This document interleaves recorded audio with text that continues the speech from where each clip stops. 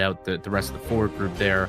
And then McCabe, Tanev, OEL, Benoit, Prokop, and Dakota Mermes. And then Cade Weber and William Villeneuve rounds out the forward groupings. And then goaltending-wise, it was Joseph Woll and was it Artyomov? Artur Akhtiamov and Joseph Woll were the guys there.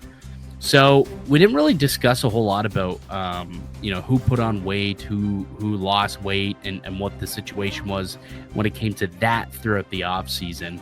But I'm looking at a tweet now that friend of the show, Kyle Cushman, put out yesterday. And a couple of things that are sticking out to me about off-season weight gain and losses. Well, we did, I guess, talk a little bit about Morgan Rielly lost 6 pounds, looking a little bit more slender, I suppose. But you look at a couple guys who've put on some weight. Dakota Joshua put on 12 pounds from last year, so he's up to 218 now. And I think he lost quite a bit of weight, with the cancer battle. So he's just getting himself back to kind of where he's comfortable at. Matthew Nyes, who had a big jump in weight gain last year, put on another 5 pounds of bulk. He's now up to 232. Matthew Nyes, 6'3", 232 pounds. I think he is the biggest, not like in terms of skaters. He's the biggest player. Like I think Stolarz is 248. He's also 6'6" and plays goalie. Yeah, but like, man, that is, as Steve Dangle says, beef. That is a beefy boy. That certainly is a beefy boy. 232. Yeah, I don't think there's another skate. Yeah, he is the heaviest player at camp. I'm just taking a look, seeing there's 222. That's Rhett Parsons, who does not even really matter. Chris Tanev put on 1 more pound to get to that number of 200. So I'm sure he's happy to see that. William Villeneuve actually put on 9 pounds. He's almost at 200 now, which is good to see. He's going to want to try and battle for one of those depth spots with the Maple Leafs. Anything else kind of stick out to you really quickly here about the weight? Brandon Carlo put on 7 pounds, it looks like. Ben Danford put on 5 pounds, got himself to a nice round number of 200, which is obviously good to see for him as well. Matias Maccelli added 11 pounds. Ooh, I like that. Yeah, Maccelli now coming in 5'11", 187 pounds. So that is good to see. Actually, you know who else put on a decent amount of weight? I think Easton Cowan put on some weight here. Put on 5 pounds. So he's now, apparently he grew half an inch as well. So now he's coming in at 6 foot even. So 6 feet, 190 pounds. Pretty good. That's what you want to see. And that's sometimes when you draft a kid who's undersized, you're hoping he can grow into his frame. And for Easton Cowan, that extra 5 pounds is going to help going up against men in the NHL. The extra 5 pounds should help, assuming you put it on healthy and maybe, in the lower half to allow him to be more, more physical, give him more bursts with the legs, better skating and whatnot. So we'll see what else happens there. But yeah, I think that's pretty well most of what Matthews lost 2 pounds apparently for whatever reason. Matthews like, I'll shed it. There are like even Cade Weber put on 8 pounds. The guy is 6 foot. I think he lost an inch too, which apparently he lost an inch. That's concerning. You lose an inch at like 23 years old. That's concerning. I don't know about that for Cade Weber.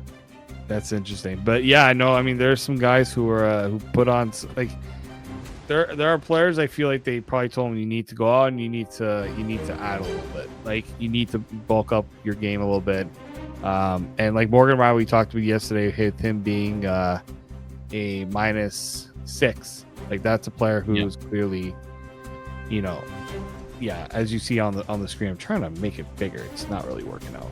A little hard to read, but like not as much red as maybe we've come to see. A lot of green, which a lot of guys were clearly putting it. All the goalies except for Peksa, which is interesting. All the goalies except Peksa put on weight. So it's just the way that the league is trending, right? The way that it's trending, man. It's big, it's heavy, but it's big in the right ways. You got to be fast, right? You got to be able to still skate well. It's not just meatballs out there. Like you look around the league. Okay, the Dallas Stars, the Florida Panthers, the Tampa Bay Lightning, the Colorado Avalanche, the Vegas Golden Knights, like they've got some size for sure, and they're heavy teams.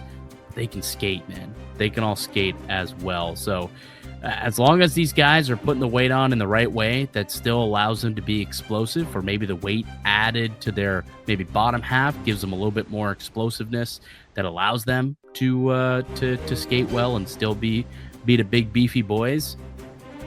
That plays well to what the modern day NHL is and to the systems and what the team wants to do, the identity of what this team wants to be under Craig Berube and Brad Treliving. Exactly. Just it reinforces the culture. Yep, it does. And you know what? I'm a believer, man. I'm a believer in what they're preaching right now. I think that they got the right coach in tow. I think they had some big strides last year in playing more of a physical, more structured game. And if they can continue to do that, they brought in guys who they believe can play with good structure and build off of that. I think they should be in good shape, right? They should be in good shape this year to get it, in and around 100 points on the season, right? Matthews has a big bounce back year. You get a nice bump from Matthew Nyes. Hopefully Willie can pump in another 40 plus goals for, will that be 4 straight years of 40 or more goals for him. Tavares might, have a bit of a decline, a bit of downward in his statistics from a season ago. But overall, I think that the team should be just fine, and we'll get a chance to watch them in game action this weekend, Sunday, game number 1 against the Ottawa Senators. Games in Ottawa. What time's the game? What time's puck drop, actually? Is that an afternoon one? No, it's an evening one. I believe. Actually, I shouldn't say that without. Let me double check. It is at 3 o'clock. I thought I saw it was an afternoon game. So 3 p.m. start for the Leafs and Sens. And again, if you want to win a Trey Savage rookie card, let us know in the comment section down below who's going to score the first goal, the opening goal of Maple Leafs training camp. Make sure to subscribe to us on the Locked On Leafs podcast YouTube page. You can subscribe to us also wherever you get a podcast. Get that daily dose of Maple Leafs content directly to your phone each and every weekday, Monday through Friday. That does it for us here today on the pod. I'd like to thank you all for listening and supporting the show. You can subscribe to the Locked On Leafs podcast on all platforms and receive daily Leafs content. Follow myself on Twitter at Mickey_Canuck. Follow Dave at @D_Morisuti, and follow the show as well at Locked On Leafs on Twitter and on Instagram. We'll be back with another episode for you guys on Monday. Enjoy the game. Go Leafs, go. Until then, keep it locked right here on Locked On Leafs.